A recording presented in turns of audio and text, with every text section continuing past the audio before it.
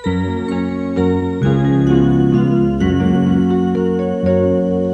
7 days a week, sometime I'll separate to give myself to Him with other used to me. To hear God's word, we do, or so I grow. To the children's meeting I will go. I will redeem my time to pray and call His name.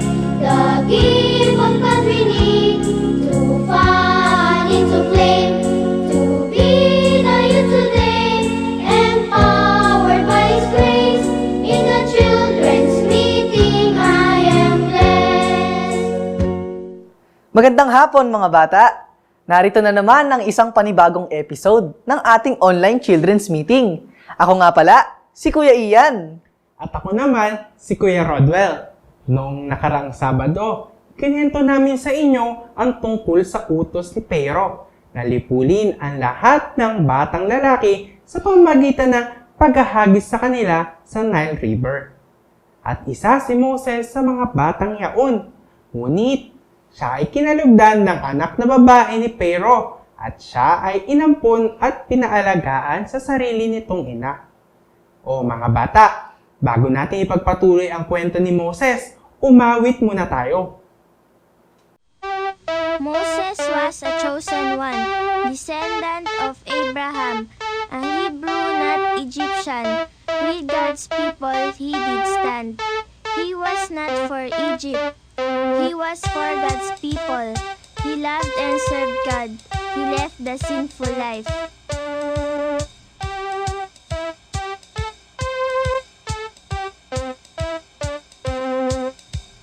Moses was a chosen one, descendant of Abraham, a Hebrew, not Egyptian.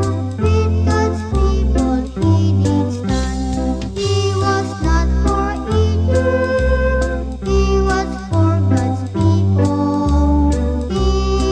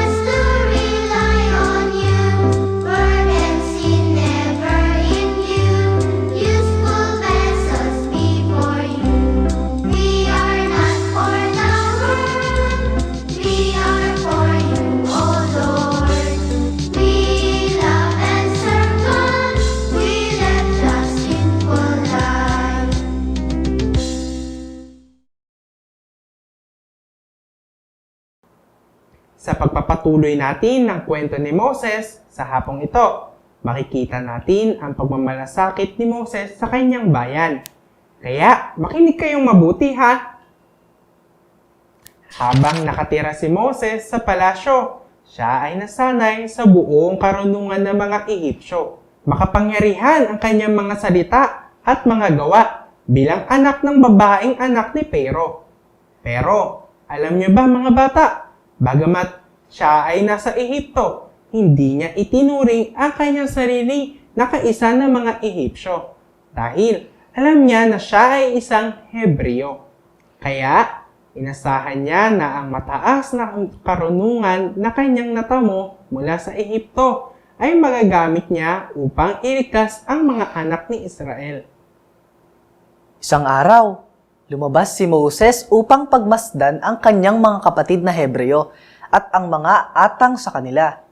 Nakita ni Moses ang isang Ehipsyo na nananakit ng isang Hebreo. Tumingin sa magkabilang dako si Moses at nang nakita niyang walang tao sa paligid, pinaslang niya ang Ehipsyo at kanyang tinabunan sa buhanginan. Nang sumunod na araw, muli siyang lumabas at sa pagkakataong ito, may dalawang lalaking Hebreo naman na nag-aaway. At sinabi ni Moses sa isa na umaapi, "Bakit mo sinasaktan ng iyong kasama?" At sumagot siya, "Sino ka na nangunguna at humahatol sa amin? Iniisip mo bang patayin ako, na gaya ng ginawa mo sa Ehipsyo?" Nang marinig ito ni Moses, siya ay natakot dahil alam niya na ang kanyang ginawa sa Ehipsyo ay nahayag niya. Sa bahaging ito ng kwento, makikita natin ang pagmamalasakit ni Moses sa kanyang mga kapatid na Hebreo. Ipinagtanggol niya ang katulad niyang Hebreo mula sa pang-aapi ng mga taga-Ehipsyo. Hindi niya rin hinayaan na mag-away ang dalawang Hebreo na kanyang nakita. Nilapitan niya sila at tinangkang pigilan. Makikita din natin ang pagiging may malasakit ni Moses sa kanyang pagtulong sa mga kababaihan sa Midian. Nang mabalitaan ni Pero ang pagpaslang ni Moses sa isang Ehipsyo, ginusto niyang ipapatay si Moses, kaya tumakas si Moses at tumahan sa lupain ng Midian. Nang makarating siya roon, naupo siya sa tabi ng isang balon. Sa lugar ring iyon, madalas sa paroroon ang 7 anak na babae ng saserdote ng Midian upang umigib ng tubig. Pinuno ng mga babae ang kanilang mga lalagyan upang painumin ang kawan ng kanilang ama. Maya-maya pa'y may mga pastol na dumating at sila ay pinaalis. At alam niyo ba mga bata, tumayo si Moses at tinulungan ang mga kababaihang ito. Pinainom niya ang kanilang kawan. Nang dumating sila sa kanilang amang si Reuel, nagtaka ang kanilang ama kung bakit mabilis silang nakabalik. Sinabi nilang pinagtabuyan sila ng mga pastol, ngunit tinulungan sila ng isang Ehipsyo sa pag-igib ng tubig at pagpapainom sa kawan. At ipinatawag ng kanilang ama si Moses, at natuwa naman si Moses sa pakikisama sa ama ng mga babae. Di nagtagal, binigay niya ang kanyang anak na si Sipora upang maging asawa ni Moses. Hello mga bata! Ako pala, si Kuya Mark. At ako naman si Kuya Jan. Ngayon naman, babanggitin namin sa inyo ang mga mahalagang punto. Una, si Moses ay makapangyarihan sa kanyang pagsasalita at paggawa. Ibig sabihin, natutunan niya ang lahat ng mga kaalaman na mayroon mula sa Ehipto. Bagamat natutunan niya ang mga bagay sa Ehipto, subalit ang kanyang puso ay para sa bayan ng Diyos. Kagaya ni Moses, kailangan ninyo na mag-aral ng mabuti, magkaroon ng matataas na marka, dahil darating ang panahon na maaari tayong gamitin ng Panginoon na kagaya ni Moses. Kayo ba mga bata, nag-aaral ba kayo ng mabuti? Dapat pagbutihan nyo ang paggawa ng inyong mga module at palaging nakikinig sa inyong mga teacher. O ikalawa naman, makikita natin ang pagmamalasakit ni Moses sa mga Israelita. Bagamat siya ay lumaki sa Ehipto, subalit ang kanyang puso ay nakatuon sa kanyang mga kababayan. Tayo rin ay dapat mayroong pagmamalasakit sa ibang tao. Kayo ba mga bata? Nagmamalasakit ba kayo sa inyong mga kapatid, magulang, lolo't lola, mga kaibigan at kamag-aral? Maaari nyo silang isama sa tuwing kayo ay nananalangin. Ikatlo, makikita rin natin ang pagmamalasakit ni Moses sa mga taga-Midian. Bagamat hindi niya kakilala ang mga ito, subalit nakita niya na kailangan nila ang kanyang tulong kaya tinulungan niya ang mga ito. Si Moses ay isang dayuhan sa lupain ng Midian. Subalit, ipinakita pa rin niya ang pagmamalasakit at pagiging matulungin sa mga taong nangangailangan. Story time! Oh, nakinig ba kayo sa ating unang kwento? Sana ay nakinig kayo.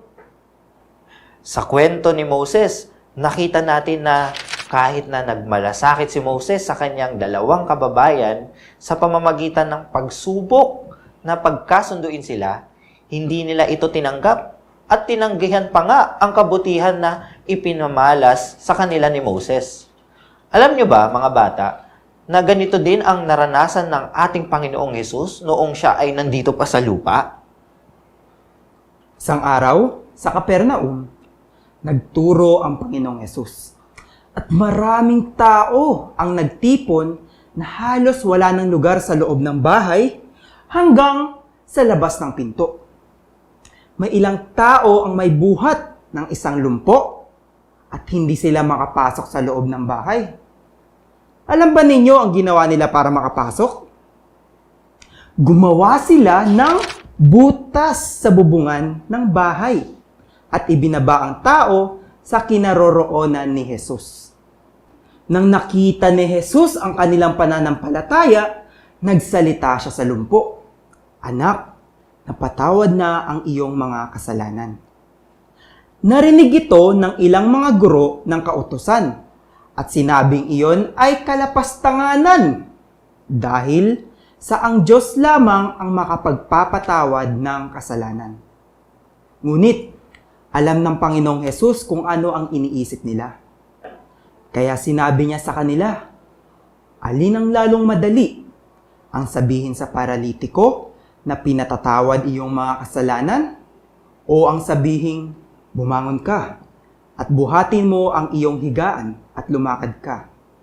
Subalit upang malaman ninyo na ang anak ng tao ay may autoridad sa lupa na magpatawad ng mga kasalanan.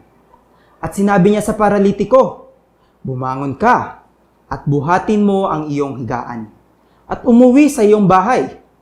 At gayon nga ang nangyari. Bumangon ang paralitiko sa harap ng lahat at umuwi sa kanyang bahay. Kaya namanghang lahat at niluwalhati nila ang Diyos. Ngayon naman, babanggitin namin ang mahalagang punto. Katulad ni Moses, ang Panginoong Hesus ay nakaranas din ng pagtanggi mula sa kanyang mga kababayang Hudyo noong siya ay nandito sa lupa. Kahit na gumawa ng kabutihan sa pagpapagaling sa may sakit ang Panginoong Hesus, ang mga taong ito ay bulag at hindi nila alam na dumating na ang siyang makapagpapatawad ng kasalanan. Mga bata, sa ngayon ay kailangan din nating makilala ang Panginoon na tagapagligtas. Siya ay dumating upang iligtas ang sanlibutan. Sinasabi nga sa 1:3:16, sapagkat gayon na lamang ang pagsinta ng Diyos sa sanlibutan na ibinigay niya ang kanyang bugtong na anak, upang ang sinumang sumasampalataya sa kanya ay huwag mapahamak, kundi magkaroon ng buhay na walang hanggan.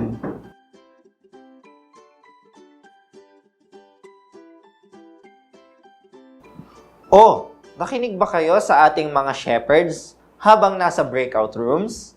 Ngayon naman ay sundan ninyo ang aking panalangin.